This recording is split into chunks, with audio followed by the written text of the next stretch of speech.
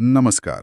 आज हम एक काफी पेचीदा विषय पर बात करने वाले हैं। भारत की आधिकारिक भाषाएं, मतलब सरकारी कामकाज की भाषाएं। हाँ, और हमारे पास जो जानकारी है वो सीधे संविधान के अनुच्छेद 343 से 351 और कुछ जुड़े हुए कानूनों से ली गई है। बिल्कुल।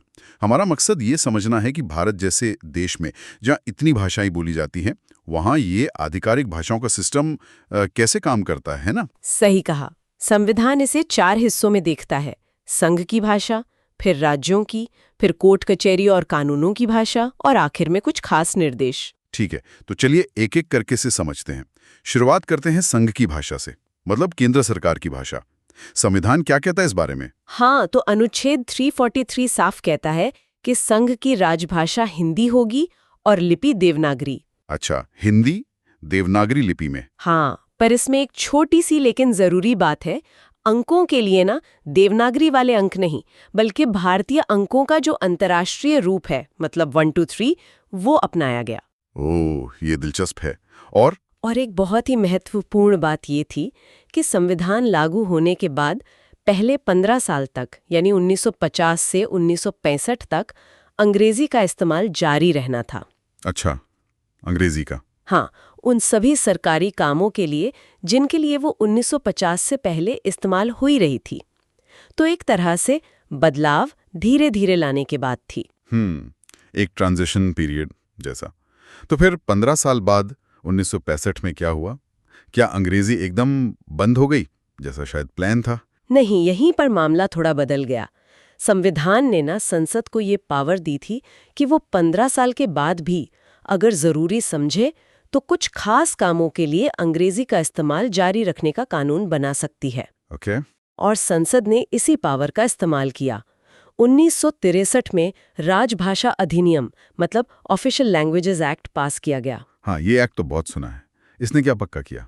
इस एक्ट ने साफ कर दिया कि 1965 के बाद भी संघ के सभी सरकारी कामों और संसद के काम के लिए हिंदी के साथ साथ अंग्रेजी का इस्तेमाल भी जारी रहेगा।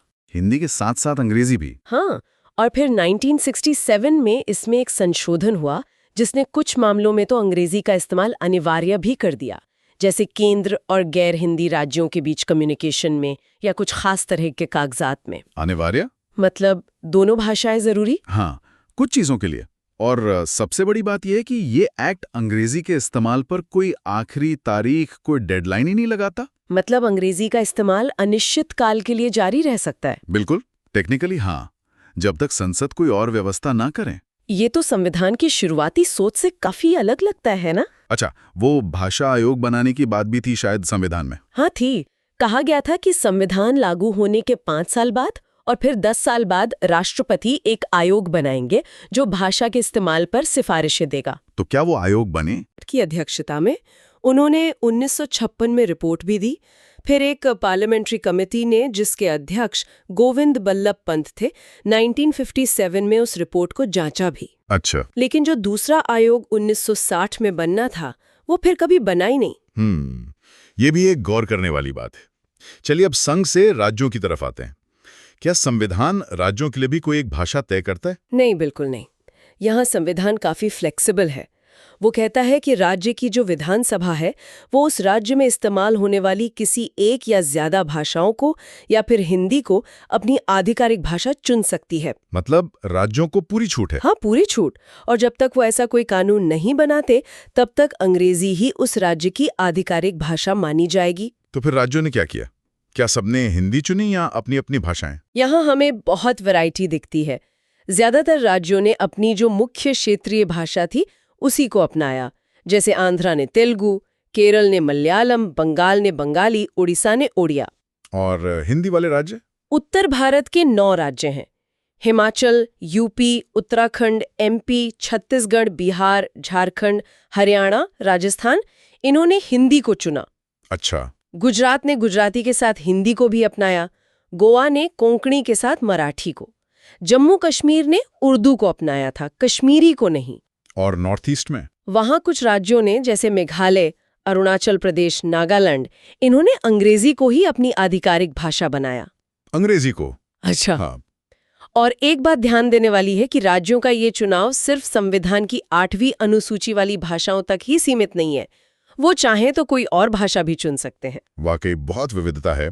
अच्छा, अब ये बताइए कि केंद्र और राज्यों के बीच या फिर दो अलग-अलग राज्यों के बीच कम्युनिकेशन की भाषा क्या होती है? देखिए, अभी के लिए तो जो संघ की आधिकारिक भाषा है, यानी हिंदी और अंग्रेजी, वही संपर्क भाषा है। अच्छा, पर व्यवहार में देखें तो ज्यादातर अंग्रेजी ही चलती है। अंग्रेजी ज्यादा चलती है। हाँ, लेकिन संविधान ये भी कहता है कि अगर 2 या ज्यादा राज्य चाहें तो वो आपस में तय करके अपने बीच कम्युनिकेशन के लिए अंग्रेजी की जगह हिंदी का इस्तेमाल कर सकते हैं। अच्छा, ऐसा किया है किसी ने? हाँ, कुछ हिंदी भाषी राज्यों ने, जैसे राजस्थान, यूपी, एमपी, बिहार, इन्होंने आपस में ऐसे समझौते किए हैं। और 1963 वाला एक्ट इस बारे में कुछ कहता है? हाँ, वो कहता है कि केंद्र और गैर हिंदी राज्यों, मतलब जिन्होंने हिंदी को आधिकारिक भाषा नहीं बनाया, के बीच जो कम्युनिकेशन होगा उसमें अंग्रेजी का इस्तेमाल होना चाहिए। ओके।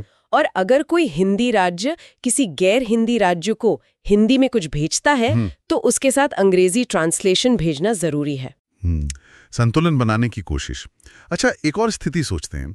मान लीजिए किसी राज्य में कोई भाषा बोलने वाले काफी लोग हैं, पर वो आधिकारिक भाषा नहीं है। वो चाहते हैं कि उनकी भाषा को भी कुछ मान्यता मिले। क्या इसका कोई तरीका है? हाँ है, संविधान में ये प्रावधान है। अगर राष्ट्रपति को लगता है लोगों की मांग पर कि किसी राज्य में एक ठीक-ठाक संख्या में लोग कोई भाषा बोलते हैं और चाहते हैं कि उसे मान्यता मिले, तो राष्ट्रपति निर्देश दे सकते हैं। कैसे निर्देश? निर्देश दे सकते हैं कि उस भाषा को भी पूरे राज्य में या उसके किसी हिस्से में कुछ खास सरकारी कामों के लिए आधिकारिक तौर पर मान्यता दी जाए। ये बेसिकली भाषाई अल्पसंख्यकों के हितों की रक्षा के लिए है। बहुत जरूरी प्रावधान है ये। चलिए अब अगले हिस्से पर चलते हैं। न्यायपालिका और कानूनों की भाषा, कोर्ट्स और लॉज की लैंग्वेज। ये थोड़ा सा मुश्किल लगता है। हाँ, ये है तो थोड़ा टेक्निकल, पर बहुत जरूरी है समझना। संविधान का कहना है कि जब तक संसद कोई और कानून ना बना दे, तब तक कुछ चीजें सिर्फ और सिर्फ अंग्रेजी में होंगी। सिर्फ अंग्रेजी में? क्या क्या? 2 मुख्य चीजें। एक तो सुप्रीम कोर्ट और हर हाई कोर्ट की सारी कार्यवाही, मतलब सुनवाई, बहस, सब कुछ। पूरी कार्रवाई? हाँ। अच्छा, और दूसरी? दूसरी ये कि केंद्र और राज्य स्तर पर जितने भी बिल, एक्ट, अध्यादेश, नियम, उपनियम वगैरह बनते हैं, उनके जो आधिकारिक पाठ होंगे, जिन्हें ऑथोरिटेटिव टेक्स्ट कहते हैं, वो अंग्रेजी में होंगे। यानी सारे कानून मूल रूप से अंग्रेजी में। क्या इसमें कोई छूट है, खासकर हाईकोर्ट के लेवल पर? हाँ, थोड़ी सी है। किसी राज्य के राज्यपाल अगर राष्ट्रपति पहले मंजूरी दे दें, तो वो उस राज्य के हाई कोर्ट की कार्यवाही में, मतलब सुनवाई वगैरह में, हिंदी या राज्य की किसी और आधिकारिक भाषा के इस्तेमाल की इजाजत दे सकते हैं। अच्छा, ये इजाजत है? हाँ, लेकिन ये इजाजत हाई कोर्ट के जो फैसले होते हैं, जो डिक्री या ऑर्डर पास होते हैं, उन पे लागू नहीं होती। वो अंग्रेजी में ही रहेंगे जब तक कि संसद कोई और व्यवस्था न कर दे। तो फैसले अंग्रेजी में ही। और राज्यों की विधानसभा जो कानून बनाती है, क्या वो अपनी भाषा में नहीं बना सकती? बना सकती है। राज्य की विधानसभा ये तय कर सकती है कि बिल, एक्ट्स वगैरह अंग्रेजी के अलावा राज्य की आधिकारिक भाषा में भी इस्तेमाल किए जाएंगे। लेकिन एक शर्त है। शर्त क्या है? शर्त ये है कि उनका अंग्रेजी अनुवाद भी पब्लिश करना होगा और कानूनन उसी अंग्रेजी अनुवाद को ही प्रामाणिक, मतलब अथॉरिटेटिव माना जाएगा। ओके, तो अंग्रेजी अनुवाद जरूरी है और वही असली माना जाएगा। हाँ, और यहाँ फिर से वो 1963 का राजभाषा अधिनियम आता है। वो कुछ और बातें जोड़ता है। जैसे वो कहता है कि जो केंद्रीय कानून वगैरह है, अगर उनका हिंदी अनुवाद राष्ट्रपति की इजाजत से प्रकाशित होता है तो उसे भी आधिकारिक पाठ माना जाएगा और संसद में जो भी बिल पेश होगा उसके साथ हिंदी अनुवाद होना भी जरूरी है। अच्छा, हिंदी अनुवाद को भी मान्यता? हाँ, और यही एक्ट राज्यपाल को ये पावर भी देता है कि वो राष्ट्रपति की मंजूरी से हाई कोर्ट के फैसलों और आदेशों के लिए हिंदी या राज्य की किसी और आधिकारिक भाषा के इस्तेमाल की इजाजत दे सकें। फैसलों के लिए भी? हाँ।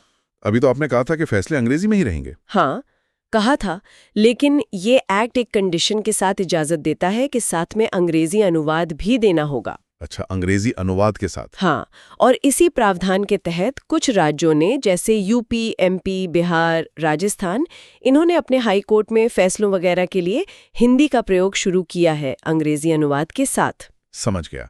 लेकिन सुप्रीम कोर्ट का क्या? वहां हिंदी के प्रयोग की क्या स्थिति है? देखिए, संसद ने आज तक सुप्रीम कोर्ट में हिंदी के इस्तेमाल के लिए कोई कानून नहीं बनाया है। कोई कानून नहीं? नहीं। इसलिए सुप्रीम कोर्ट सिर्फ अंग्रेजी में जो याचिकाएं या अपीलें आती हैं उन्हीं को सुनता है। सिर्फ अंग्रेजी? हाँ, एक केस भी हुआ था 1971 में। एक व्यक्ति थे जो अपनी बंदी प्रत्यक्षीकरण याचिका पर हिंदी में बहस करना चाहते थे। अच्छा, तो क्या हुआ? कोर्ट ने उनकी याचिका ही खारिज कर दी, ये कहते हुए कि कोर्ट की भाषा अंग्रेजी है और हिंदी की अनुमति देना असंवैधानिक होगा। ओह, तो सुप्रीम कोर्ट में स्थिति एकदम साफ है, सिर्फ अंग्रेजी। फिलहाल तो यही है। ठीक है, अब आते हैं संविधान के आखिरी हिस्से पर, कुछ विशेष निर्देश, स्पेशल डायरेक्टिव्स। ये किस बारे में? ये मुख्य रूप से दो चीजों पर फोकस करते हैं। एक तो भाषाई अल्पसंख्यकों के हितों की रक्षा और दूसरा हिंदी भाषा का विकास। अच्छा, तो पहले अल्पसंख्यकों की बात करते हैं। क्या प्रावधान है? 3 मुख्य बातें हैं। पहली, कोई भी व्यक्ति अगर उसे कोई शिकायत है तो वो केंद्र या राज्य के किसी भी अधिकारी को अपनी अर्जी किसी भी भाषा में दे सकता है जो उस राज्य या संघ में इस्तेमाल होती हो। किसी भी भाषा में? हाँ, मतलब अर्जी सिर्फ इसलिए खारिज नहीं की जा सकती कि वो ऑफिशियल लैंग्वेज में नहीं है। ये तो बहुत जरूरी है। दूसरा ये कि हर राज्य और लोकल अथॉरिटी की ये जिम्मेदारी है कि वो भाषाई अल्पसंख्यक ग्रुप के बच्चों को उनकी मातृभाषा में प्राइमरी एजुकेशन देने की पूरी कोशिश करे, पर्याप्त सुविधाएं दे। राष्ट्रपति इसके लिए निर्देश भी जारी कर सकते हैं। मातृभाषा में प्राइमरी एजुकेशन, ठीक है। और तीसरा ये कि राष्ट्रपति भाषाई अल्पसंख्यकों के लिए एक स्पेशल ऑफिसर नियुक्त करेंगे। स्पेशल ऑफिसर, उनका काम क्या होगा? उनका काम होगा ये देखना कि अल्पसंख्यकों के लिए जो संवैधानिक सुरक्षा उपाय हैं वो ठीक से लागू हो रहे हैं या नहीं। वो इसकी जांच करके राष्ट्रपति को रिपोर्ट देंगे और वो रिपोर्ट फिर संसद और संबंधित राज्यों को भेजी जाएगी। ये तीनों ही अल्पसंख्यकों के अधिकारों के लिए काफी अहम लगते रहे हैं। अब बात करते हैं हिंदी के विकास की। इसके लिए क्या निर्देश हैं? संविधान केंद्र सरकार पर यह ड्यूटी डालता है कि वो हिंदी भाषा के प्रचार प्रसार और विकास को बढ़ावा दे। क्यों? मतलब लक्ष्य क्या है? लक्ष्य ये है कि हिंदी भारत की जो मिलीजुली संस्कृति है, जिसे कॉम्पोजिट कल्चर कहते हैं, उसकी अभिव्यक्ति का माध्यम बन सके। एक तरह से पूरे देश की संपर्क भाषा, लिंगुआ फ्रैंका बन सके। लिंगुआ फ्रैंका? हाँ, और साथ ही ये भी निर्देश है कि हिंदी को और समृद्ध बनाने के लिए हिंदुस्तानी और 8वीं अनुसूची में जो दूसरी भाषाएं हैं उनके रूपों, शैलियों, अभिव्यक्तियों को अपनाया जाए। अच्छा, दूसरी भाषाओं से शब्द लिए जाएं। हाँ, उनके रूप, स्टाइल, एक्सप्रेशन और शब्दावली के लिए मुख्य रूप से संस्कृत से मदद लेने को कहा गया है और जरूरत पड़ने पर दूसरी भाषाओं से भी। आपने 8वीं अनुसूची का जिक्र किया। हाँ। इसका क्या खास महत्व है? इसमें कौन कौन सी भाषाएं शामिल हैं? देखिए, संविधान में 8वीं अनुसूची का जिक्र 2 वजहों से आता है।